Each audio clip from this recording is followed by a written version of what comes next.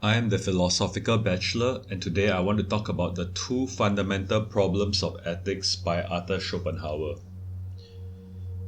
The question of free will is, to me, among the most important questions facing philosophers both in the past and today. Do we or do we not have it?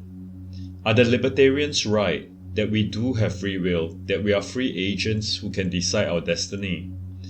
Or are the hard determinists right that everything is determined in an ineluctable chain of causes leading to necessary effects, meaning we do not have free will?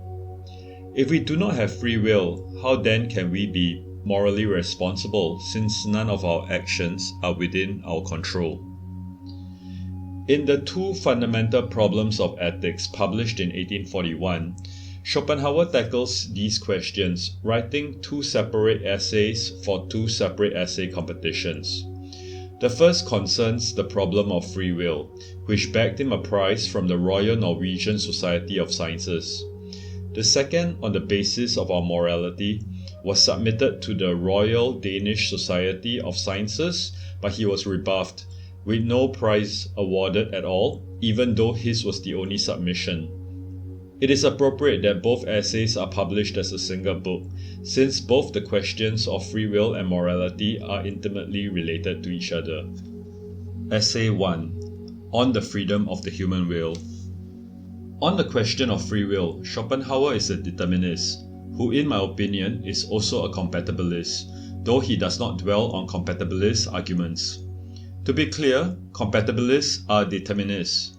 They think that while everything has been determined, human beings remain free in the sense that they choose freely, but their choice is always in accord with what would anyhow have taken place, even though they are not compelled to choose that way. A person who is in a locked room who chose to remain in that room anyway does not have the ability to leave the room, but he does not feel unfree since he wants to be in the room anyway. He may even think he is able to leave, and hence thinks he has a choice, but little does he know that he, in fact, does not have a choice. According to a 2020 survey, compatibilism, and by extension determinism, is the most popular view held by professional philosophers, but that was not the case in Schopenhauer's time. Born in 1789, Schopenhauer lived in a time where religion, in his case Christianity since he was German, was a powerful social force. The prevalent view then was that human beings have free will, since the socio-religious system needed us to take moral responsibility for our actions. Schopenhauer's compatibilist view was the minority position, which he strongly defended in the book's first essay. To understand why he thinks that all is determined, we need to understand his metaphysics, which he had fleshed out in his magnum opus, The World as Will and Representation, which was published 23 years before in 1818, and also on the fourfold root of the principle of sufficient reason, which was his PhD thesis published in 1813. Firstly, he believes that the fundamental principle operational in the world is the principle of sufficient reason. This principle has four roots or dimensions to it covering everything. 1. The physical root is about causality, which is cause and effect. 2. The logical root is about our judgment, or how our reasoning operates from ground to consequent when we explain our thoughts. Our reasoning is in turn grounded by four fundamental concepts. A. Logical deduction. B. Empirical truth. C. Transcendental truth, that is synthetic a priori concepts. D. Methodological truth, or the conditions that make thinking possible, such as the principle of identity, non-contradiction, the excluded middle, and sufficient reason. 3. The mathematical root is about the relativity of time and space. A part or a being is constituted by its relation to other parts and beings in the succession of time and its position in space. 4. The practical, which Schopenhauer calls moral root, is about motives as a cause of actions of our will. Of importance in this essay is the first and fourth root, causality for physical non-living things and motivation for living things. If a rock is a conscious being, when it is thrown through the air, it may think that it is flying on its own volition, that it is exercising its free will by deciding to fly through the air. But we know it is not. It is instead simply obeying causality, where the cause of its flight is a person who has picked it up and tossed it, with the effect of it flying through the air. For living things, they are driven by motives which determine their actions. I'm going to skip ahead to just focusing on human beings, since that is the focus of his essay and not on plants or non-human animals. For human beings, we are driven by motives in conjunction with our character, which determines our choice when we are faced with options. For instance, Jill has a kind disposition. She has $2 and intends to buy a drink with it, and on her way encounters a beggar. She is confronted with two motives, the first to quench her thirst and the second to help the poor suffering person. These motives are incommensurable. She cannot have a drink and at the same time help the beggar. The $2, a small amount of cash, can only go towards serving either motive. It may seem that she has a genuine choice between the two options, but according to Schopenhauer, her character, when presented with these motives, will lead her always to the option of helping the beggar, making her choice in fact determined. She cannot help but to give the money to the beggar, given her kind nature and the option of helping someone badly off. Schopenhauer's term for our nature, our essence, our character, is the will. In effect, she and all human beings, in fact all things, do not have free will. All is determined. A reader may wonder if she in fact could have chosen otherwise, since the deciding factor for how Jill made her choice is her character, which is commonly considered as malleable. However, Schopenhauer believes that our characters are fixed. Our character, our will, is not something that we are able to mold, but is given to us. We have an innate, unchangeable character. Jill's is a kind disposition, and she was born that way. Schopenhauer does not think that our characters can change. It brings to mind for me Friedrich Nietzsche's example of eagles and lambs in his On the Genealogy of Morals. An eagle's nature is fixed. Part of its nature is to eat lambs. We do not judge the eagle to be evil when it takes the lamb because we accept that it is in the nature of the eagle to eat the lamb. The eagle cannot help that its nature is to eat lambs. It is unable to modify its nature. What can possibly stop the eagle from attacking the lamb is when its appetite has been sated. Perhaps it just finished eating. In the same way, human beings have a particular nature that is common to all human beings, such as the profound desire to preserve one's self and to continue the species through procreation. In fact, these two willings extend to all living things. Why I say these willings are profound is that we almost cannot help it but to obey these willings. For instance, we are unable to hold our breath till we expire. At one point, our bodies involuntarily take over and we resume breathing. In addition to these willings that are common to the human species, each of us has our own characteristics too, such as Jill with her kind disposition, which is not found in every person.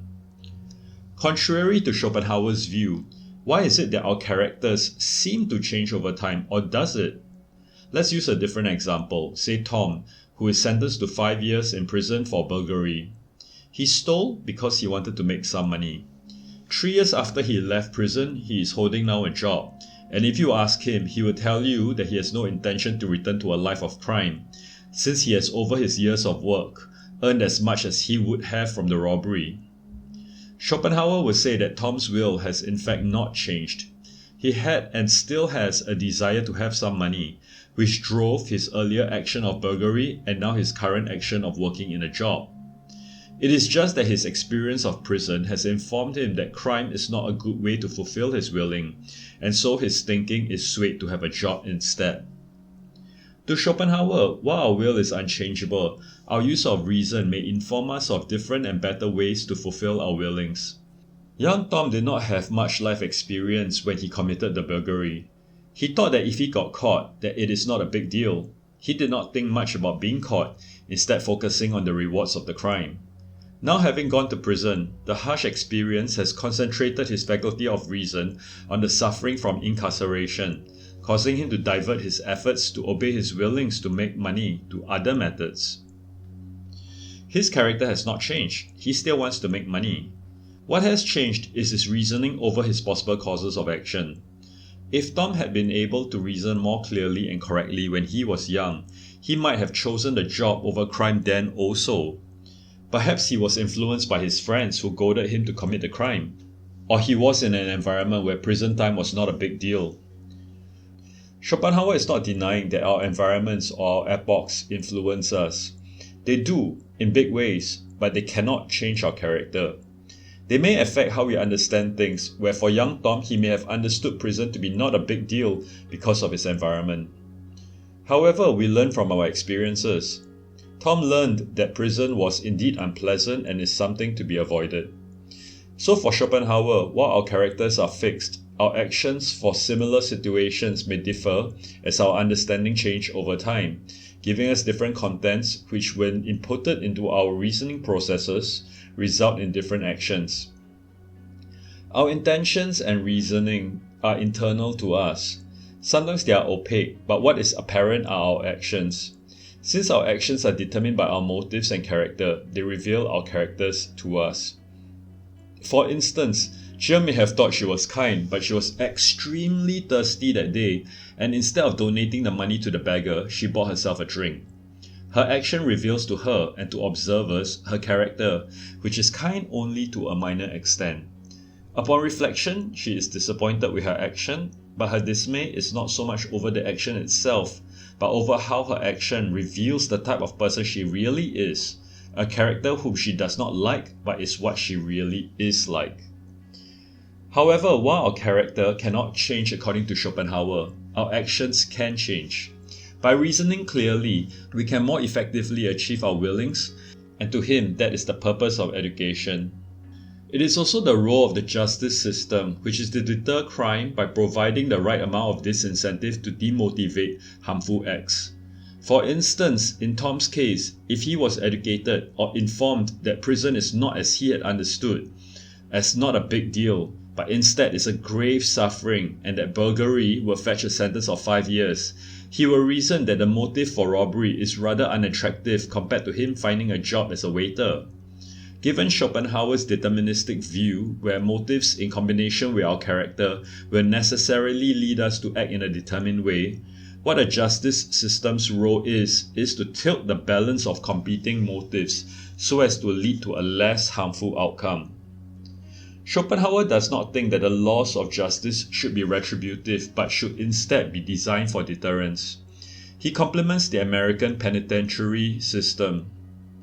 It does not undertake to improve the character, the heart of the human being, but to set his head to rights and show him that he will attain the ends that he strives after unchangeably because of his character, with far more difficulty and much greater tribulations and dangers on the path of dishonesty he has travelled so far than on that of honesty, labour and contentedness, he writes. In the case of Tom, Schopenhauer's ideal penalty for burglary should be to the extent that it makes working in a job relatively more attractive than the crime, so that given his fixed character, he will be propelled in the direction of the job instead of crime. Schopenhauer believes that fear and honour are two important factors which keep us from doing wrong, a fear of punishment and a concern for our reputation. While our will is fixed, competing motives may have different weights, due to the fear of punishment and our desire to preserve our honour. Let's say both working for 3 years and the robbery will yield the same amount of cash.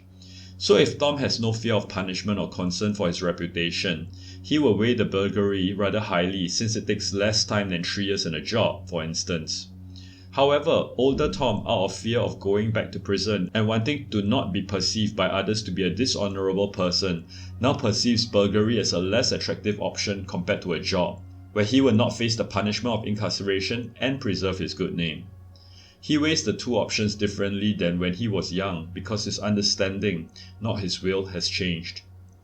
So while Schopenhauer is a determinist, it does not mean that there is no basis hence for moral responsibility, which is what is feared should we have to give up on the notion of free will. However, because characters do not change, societal institutions should not aim for the moral improvement of individuals, but instead educate them so that they can reason clearly and put in place punishment not as vengeance but as deterrence to tilt the balance of our actions away from harm. Essay 2 on the basis of morals. The second essay of the book is concerned with the source of our morality. Where do our morals come from? He begins the essay with an examination of ethical systems, critiquing their purported answers, in particular Immanuel Kant's. He spends many pages on these, but I will only tackle it briefly since my presumed audience are not Kantian scholars. Kant's ethics is grounded on his categorical imperative.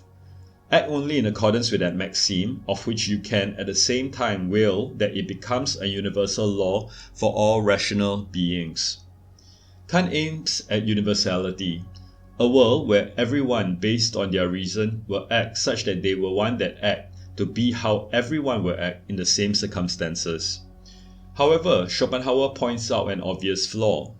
Why should a stronger, more powerful person not act in a way that benefits himself to the disadvantage of others? Kant presupposes reciprocity, which may seem fair but is in no way observed universally in the actual behavior of people. Schopenhauer attributes this mistake to Kant borrowing his idea of the categorical imperative from theological ethics and then disguising it as an a priori rule.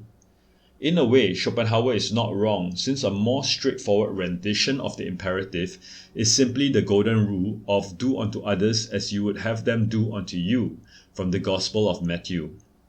Instead, Schopenhauer proposes his own rule, which he believes is simpler and more direct. Harm no one, rather help everyone to the extent that you can. This rule begins with a negative formulation to not do bad things to others and balances it with a positive formulation of helping others. I will now switch my order of explanation from Schopenhauer's second essay. He ends it with an appendix on the metaphysics leading him to his conclusion of the source of morality, because he interpreted the question by the Danish Academy to not be asking about metaphysics, which is the ultimate source for how anything, including ethics, is, but instead to be asking a more intermediate question on the basis of ethics. I suspect that if Schopenhauer was not trying to answer a specific question for the essay competition, he would have begun with his metaphysics, which, as he writes, is the logical order, which is also why he begins the world as will and representation with his metaphysics and concludes with an ethics resulting from such a metaphysics. For those wondering what metaphysics means, it is the study of the nature of reality. In the world as will and representation, he explains that the world has two aspects, and all is contained in them. The world of appearances, which he calls representations, what we sense with our five senses and interact with, and the will as will, where will is the thing in itself. The world as representation obeys the principle of sufficient reason, while the world as will, the things in themselves, do not, because they are not in space and time. The things in themselves are not in space and time, because space and time are merely the conditions of our understanding. Space and time are what we require to understand representations, but are not in the things in themselves.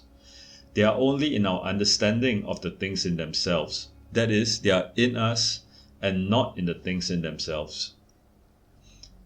Everything has its own individual essence, its own will, and the world, which is the collection of everything, also has a will, which we can think of as an overarching will. Some of these overarching willings are, as already mentioned, the will to preserve itself, and for living things, the will to reproduce.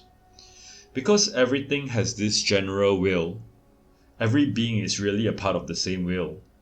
However, because of space and time, we understand things as individual and separated from other things, what he calls the principle of individuation or principium indivisionis.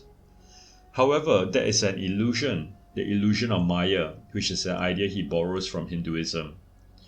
Schopenhauer is a monist in the sense that he believes we have a common will, that we are part of the same will, and this notion leads us to how he derives the source of all morality. Because we all possess the same will, when we see another, be it another person or an animal, we recognize ourselves in them. It would therefore be the metaphysical basis of ethics and would consist in one's individual immediately recognizing himself, his own true essence, in the other, writes Schopenhauer. Since we do not want to hurt ourselves but instead help ourselves, this is consistent with the rule he proposes of harm no one, rather help everyone to the extent that you can.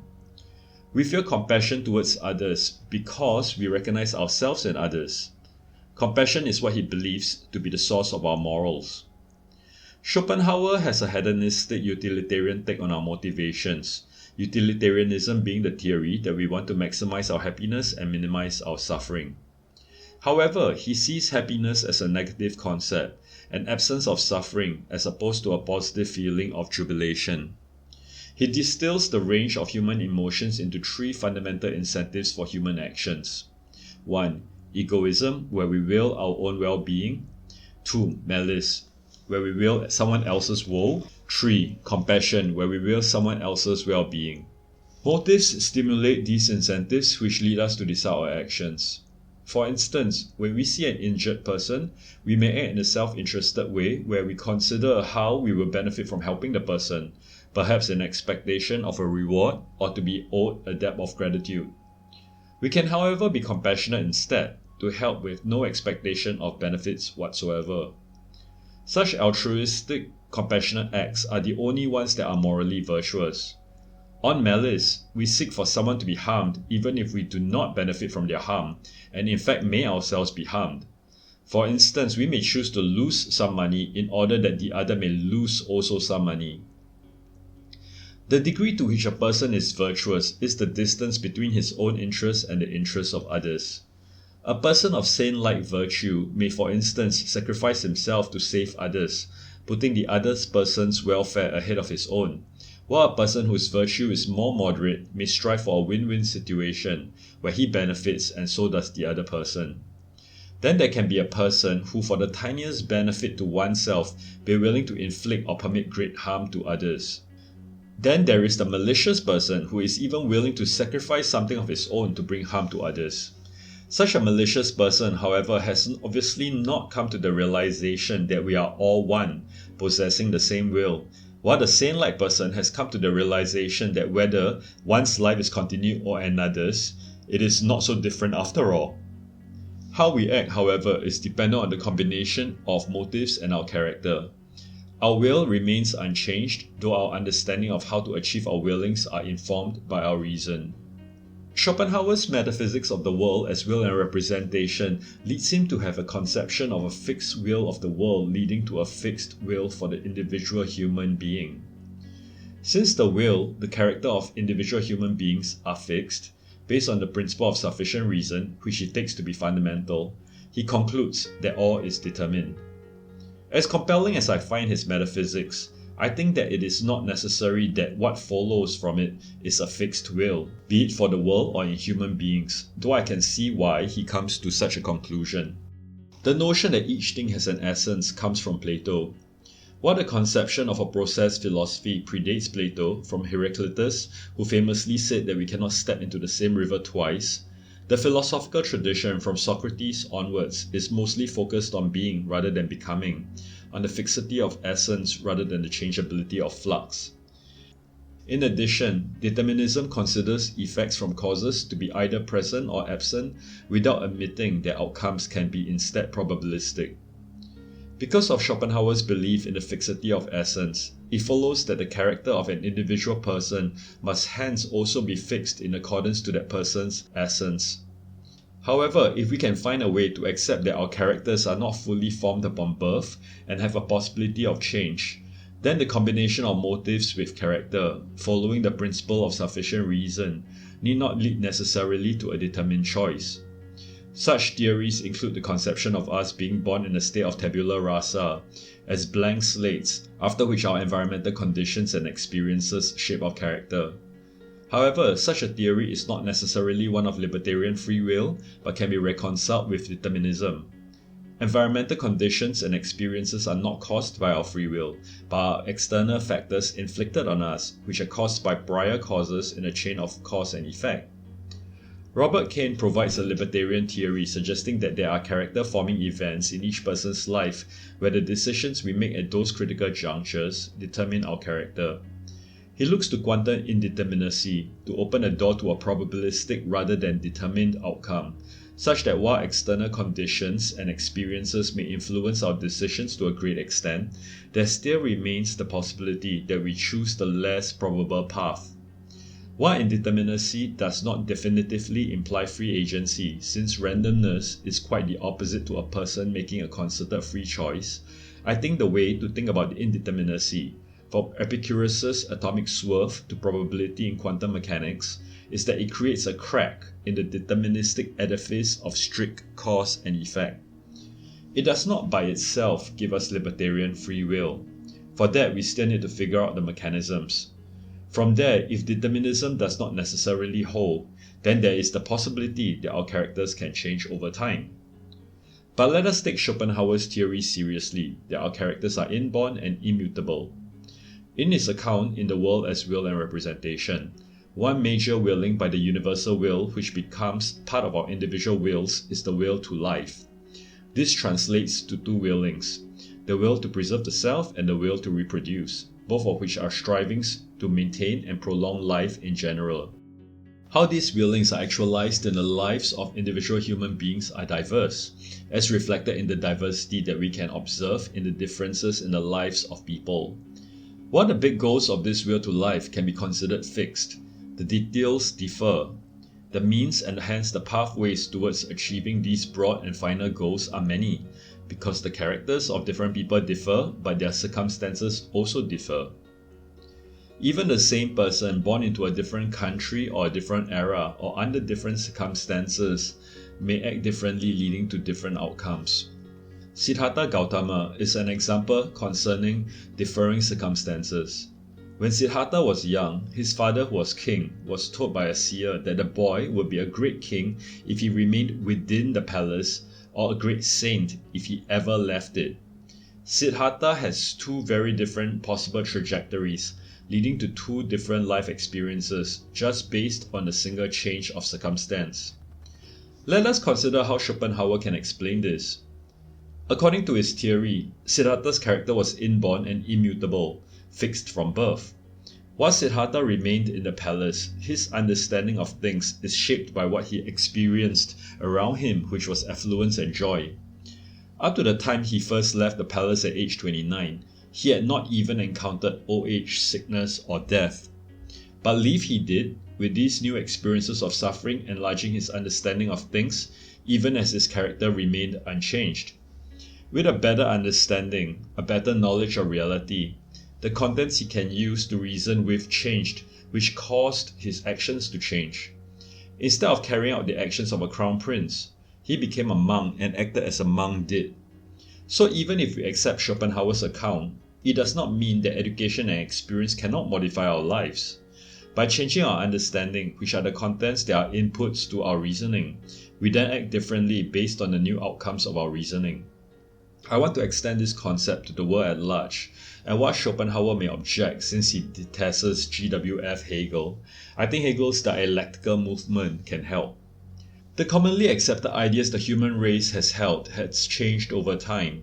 Geocentrism gave way to heliocentrism, feudalism to capitalism. Since Christopher Columbus's journey, the world is no longer considered flat, but spherical. The Aristotelian notion that females were inferior men has given way to equality between the sexes. Racial inequality has given way to greater racial equality. In addition, many issues remain contested at least somewhere on our planet, such as abortion, gender, homosexuality, religious belief, and systems of governance. As the conventional understanding on these matters changes, the discourse around those affected change, giving them a new set of circumstances, a different environment which then leads to different actions and ways of life for them. Even if we follow Schopenhauer in accepting that the will is fixed, our understanding of things can change, leading to different actions and outcomes. Impossible as it is for the same person to be born in two different eras, a person born in conservative Victorian times will have different values and mores from the same person born in a more liberal time such as today, allowing different opportunity sets for that person and those around him. Alan Turing, a brilliant mathematician who helped Britain win World War II, committed suicide in 1954, aged 41, due to persecution over his homosexuality.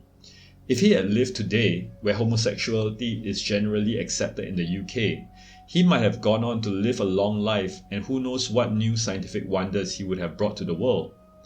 The same person, the same will, yet very different outcomes, because the understanding of people has changed over all that time, even if we live in a determined world. And if we accept that the laws of nature are probabilistic and not binary, things start to look pretty much like a world with free will. In an incompatibilist libertarian world, who is to say that Turing in 1954 would not have committed suicide anyway? Besides, Schopenhauer's account of the will, to preserve oneself and to reproduce, is falsified by the facts. There is plenty of self-harming behavior exhibited not just by human beings but also animals. Likewise in humans, there exists voluntary reproductive suppression, where people choose not to have any offspring or for that matter any sex, such as monks, nuns and priests. Reproductive suppression is also found among non-human animals. Schopenhauer, however, may explain these away as acts of the will nonetheless. Free will remains an important question which we must try to answer. But even if we conclusively arrive at the fact that we do not have free will, that all is determined, the fact remains that we continue to act like free agents once we leave thinking about free will. Schopenhauer, like us, will still have to consider and decide if he should go home or to the pub, and whether he will walk or cycle there. We do not just freeze in our step and expect to be swept along with the tide of fate. As things stand, if we do not accept that quantum indeterminacy has debunked determinism, the theories of free will are unfalsifiable. No critical experiment can show that we do or do not have free will. However, if we can accept that increasingly complex living things have abilities that simpler living things do not have, for instance the immobility of plants versus the mobility of insects, consciousness in higher species of animals with a lesser consciousness in lower beings, why should it not be at least considered possible that free will has evolved in human beings? Science has only been able to explain how, but not why there are these irreducible leaps. While we cannot know definitively, lower animals are not thinking or questioning themselves if they have free will. If a member of a species can ask that question, do we have free will? Is this not a possible indicator when such a stage has been reached in reasoning abilities that that species has moved to the next higher rung of the evolutionary ladder where they have genuine incompatibilist free will? In conclusion, I think that Schopenhauer's theory of the will, in broad strokes, makes a lot of sense. That there be some fundamental characteristics shared by all living things which come from a universal will to preserve existence and to continue it, even if not actualized in all individual wills but as a whole, is plausible. But just because there are fundamental essences does not have to mean that all is determined. We can have our essences which define broad goals for us, such as the striving to stay alive, to want what is good for ourselves and not what is bad, but that does not mean that everyone wants the same things. What is good for me might not be good for you. For instance, milk, if you are lactose intolerant and I am not. Because of the varying details of each person, we have different outcomes. Schopenhauer accepts that our understanding of things, our reasoning is modified by our experience and education, that we realize different better ways for striving for the accomplishment of our will. An incompatibilist libertarian can agree to that. If Schopenhauer can accept that decision points can be probabilistic and not determined, we may be able to render a Schopenhauerian account that is non-deterministic with most of his theory remaining intact. Thank you.